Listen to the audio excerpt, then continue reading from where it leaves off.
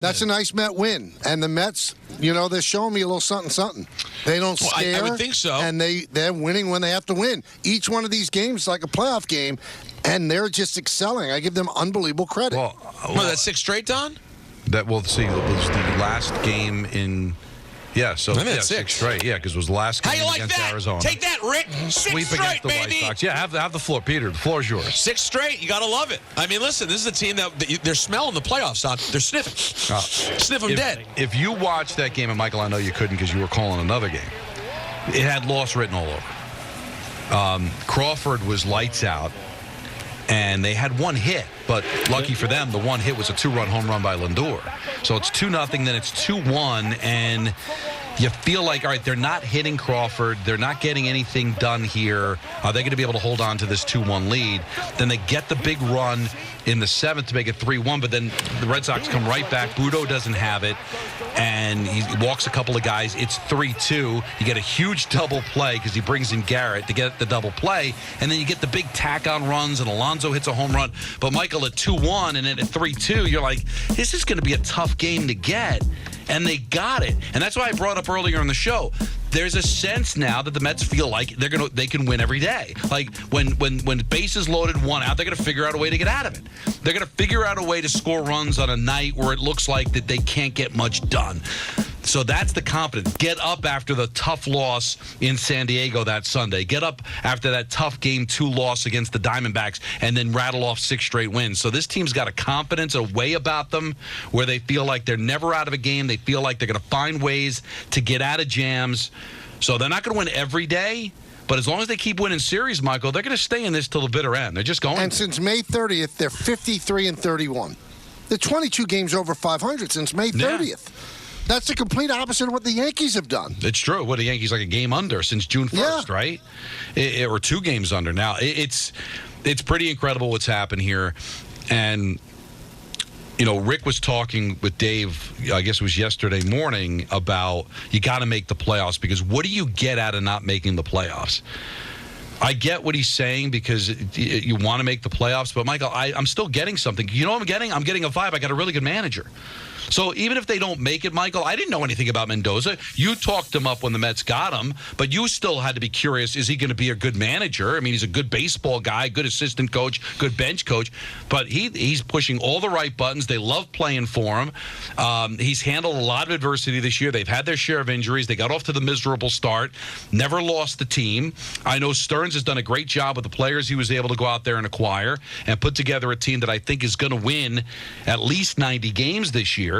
So if they come up short, it'll be disappointing, but you can't tell me there's no value to what they're doing this year. And maybe the biggest thing is Lindor's now becoming like a flat-out leader and star on this team. He just is getting the job done night in and night out.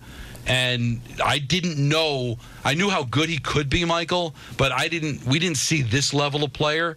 I don't know if he was ever at this level in Cleveland. I didn't follow it as closely, but this has become his team, and that's an excellent thing going forward with all those years on his contract. The one thing I would tell you, though, I don't think it does anything if they win 88 games and don't make it, because next year's team's going to be completely different. I don't know that. But for the most part, it's going to be. But here's the thing. Maybe they bring Severino back. I mean, he's got double-digit wins. Like, you looked at all of these one-year contracts, and you looked at them and you said, well, they're one of two things. They're either guys that on a lousy team you're going to be able to trade at the deadline or just let go and then use that money somewhere else.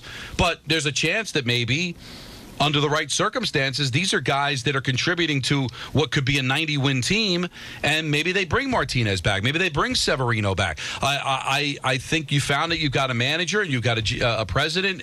There's a lot, and the maturity of Lindor.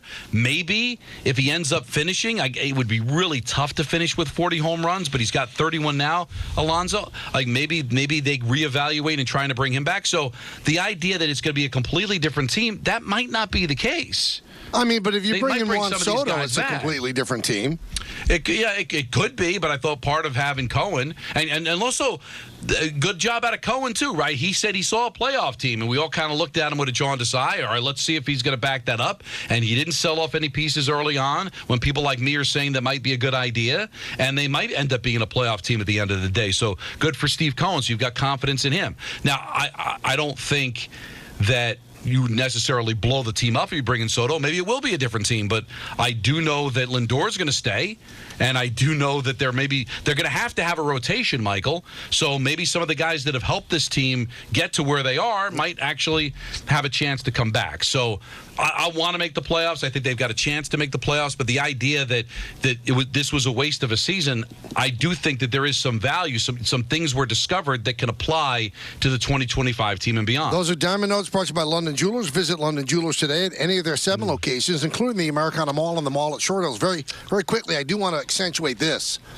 The decision to dump Verlander and Scherzer last year turned out to be brilliant. Yeah. Incredible foresight.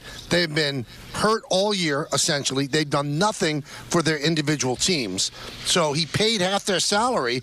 He got prospects back. They wouldn't have done anything for the Mets this year, and he would have had to pay all of their salary. That turned out to be a brilliant stroke by Steve Cohen. That was not David Stearns.